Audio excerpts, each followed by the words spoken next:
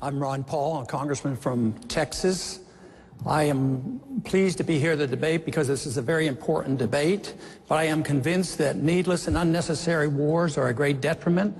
They undermine our prosperity and our liberties, they add to our deficits, and they consume our welfare. We should take a careful look at our foreign policy.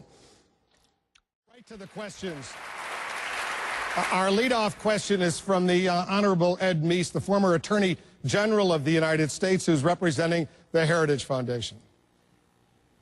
At least 42 terrorist attacks aimed at the United States have been thwarted since 9/11. Tools like the Patriot Act have been instrumental in finding and stopping terrorists. Shouldn't we have a long-range extension of the investigative powers contained in that act so that our law enforcement officers can have the tools that they need? Paul, I suspect you disagree. I do. Tell us why. I think the Patriot Act is unpatriotic because it undermines our liberty. I'm concerned, as everybody is, about the terrorist attack. Timothy McVeigh was a vicious terrorist. He was arrested. Terrorism, still on the books, internationally and nationally, is a criminal. It's a crime, and we should deal with it. We dealt with it rather well with Timothy McVeigh. But why I really fear it is we have drifted into a condition that we were warned against, because our early founders were very clear. They said, don't be willing to sacrifice liberty for security. Today, it seems too easy that our government and our Congresses are so willing to give up our liberties for our security. I have a personal belief that you never have to give up liberty for security. You can still provide security without sacrificing our Bill of Rights. I want to bring others in, but do you want to respond, Mr. Speaker? Yeah. Timothy McVeigh succeeded. That's the whole point. Timothy McVeigh killed a lot of Americans. I don't want a law that says, after we lose a major American city, we're sure going to come and find you. I want a law that says, you try to take out an American city, we're going to stop you.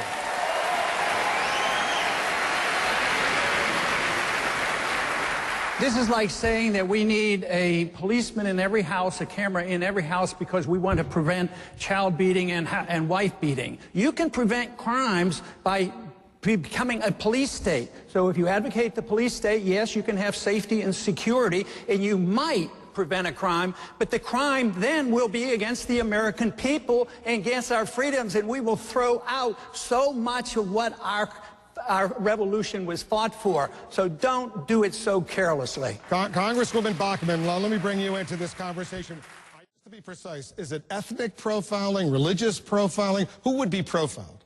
Well, the folks who are most likely to be committing these crimes. If you look at it, I mean, obviously it was people. Obviously, Muslims would be someone you'd look at. Absolutely, those are the folks who are the radical Muslims, are the people that are committing these crimes, as we've by and large, as well as younger males. I mean, these are things that not exclusively, but these are things that you profile to find your best, the most likely candidate. Congressman Paul, that's digging a hole for ourselves. What if they look like Timothy McVeigh?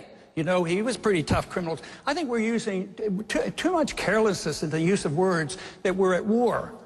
I don't remember voting on a declaration of war. Oh, war against terrorism. And terrorism is a tactic. It isn't a person. It isn't a people.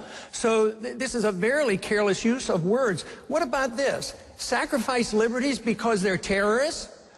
You're the judge and the jury? No, they're suspects.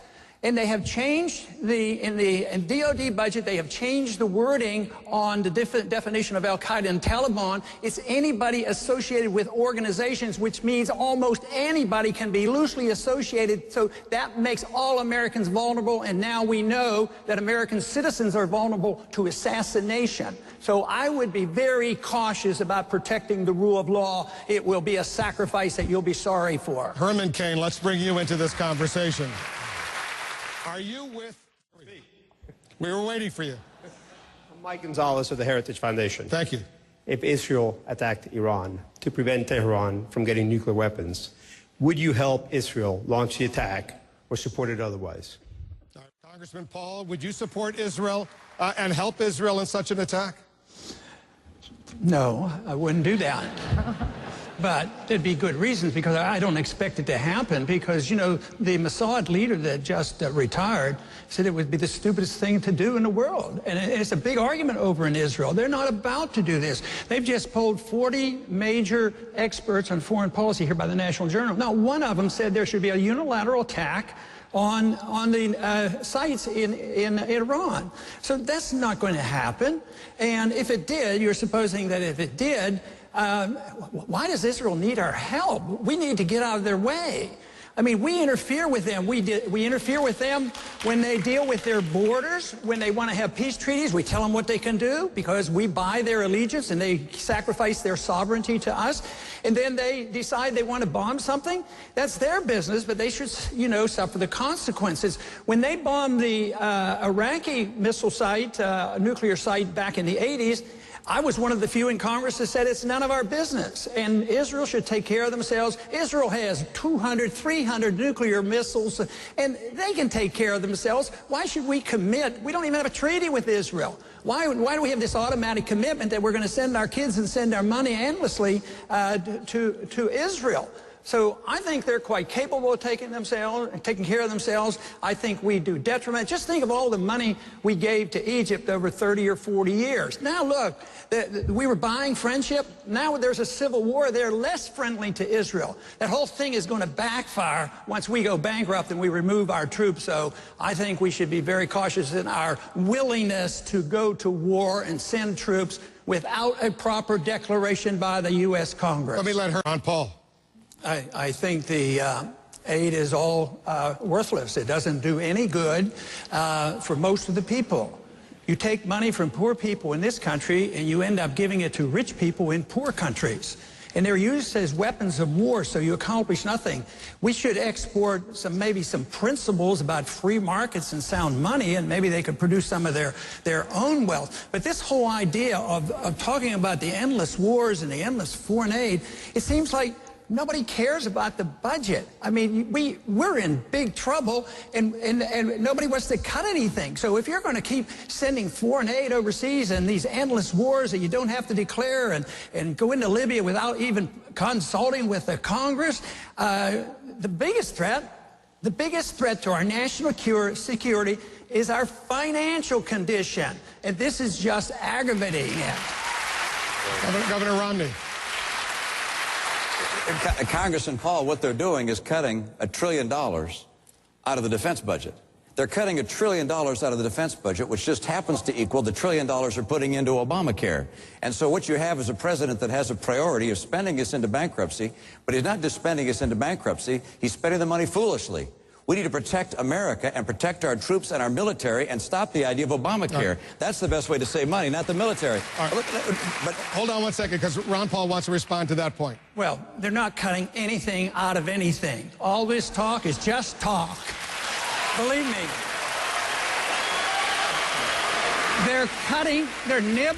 They're nibbling away at baseline budgeting. It's automatic increases. There's nothing cut against the military, and the people on the Hill are nearly hysterical because the budget isn't going up as rapidly as they wanted to. It's a road to disaster. We better wake up. Oh, okay.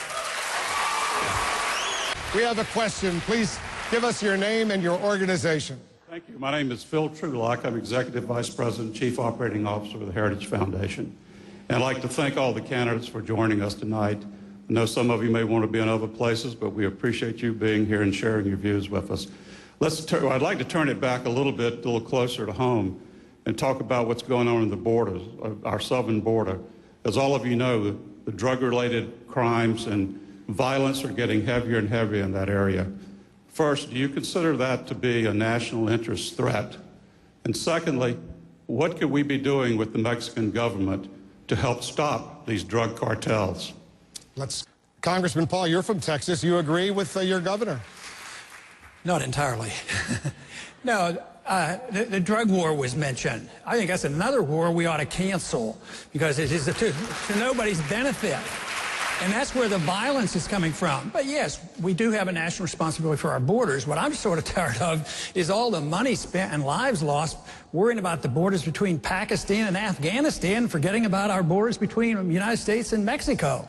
We should think more about, you know, what we're doing at home. We need better immigration services, obviously.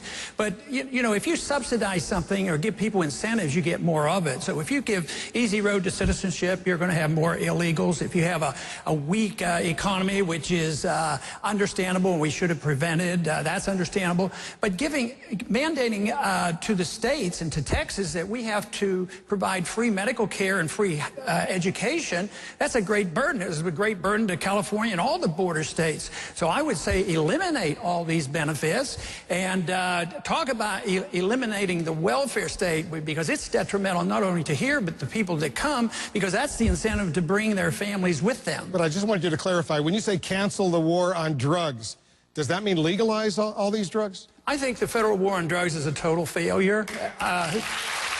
You can at least let sick people have marijuana because it's helpful, but compassionate conservatives say, well, we can't do this. We're going to put people who are sick and dying with cancer, and they're being helped with marijuana if they have multiple sclerosis. The federal government's going in there and overriding state laws and putting people like that in prison. Why don't we handle the drugs like we had alcohol? Alcohol's a deadly drug. What about the real deadly drugs are the prescription drugs? They kill a lot more people than the illegal drugs. So the drug war is out of control. I fear the drug war because it undermines our civil liberties. It magnifies our problems on the borders. We spend, like, over the last 40 years, $1 trillion on this war. And believe me, the kids can still get the drugs. It just hasn't worked. Herman Cain, let me let you weigh in. Yes. I'm Catherine Zimmerman from the American Enterprise Institute's Critical Threats Project. The United States adopted a policy of disengagement with Somalia after its retreat following Black Hawk Down. Today, an al-Qaeda affiliate, al-Shabaab, controls significant territory in that country. What can the United States do to prevent al-Shabaab from posing the same threat that al-Qaeda did from Afghanistan 10 years ago? Congressman Paul? You're talking about al-Qaeda, correct? No. You have to understand who the al-Qaeda really is. The al-Qaeda responds in a very deliberate fashion. Matter of fact, Paul Wolfowitz explained it very clearly after 9/11. He said that al-Qaeda is inspired by the fact that we had bases in Saudi Arabia. So if you want to inspire al-Qaeda, just meddle in that region. That will inspire the al-Qaeda. Matter of fact, he went on to say that that was a good reason for us to remove the base that we had had in 15 years in Saudi Arabia, and that we shouldn't have done that. So there is a response. Al-Qaeda responds to that, and they're quite annoyed with it. So if you have a no-fly zone over Syria, that's an act of war. What if we had China put a no-fly zone over our territory? I don't think we would like that. And I think we should practice a policy of goodwill to other people. What about saying that we don't do anything to any other country that we don't have them do to us? When we had a no-fly zone over Iraq, it was meant to be regime change, and evidently someone to have regime change. But what is our business? Why should we spend more money and more lives to get involved in another war? That is the internal affairs of the other nations, and we don't need another nation to start nation building. We have way too many already. So this is just looking for more trouble. I would say, why don't we mind our own business? Governor Romney, where do you stand? I want to do this quickly if we can, because we don't have a lot of time. Congressman. I worry most about overreaction on our part, getting involved in another war when we don't need to, when we haven't been attacked, and our national security has not been at threat. And I worry a lot about people never come around to understanding who the Taliban is and why they are motivated. Taliban doesn't mean they want to come here and kill us. The Taliban means they want to kill us over there because all they want to do is get people who occupy their country out of their country, just like we would if anybody tried to occupy us. Governor Perry.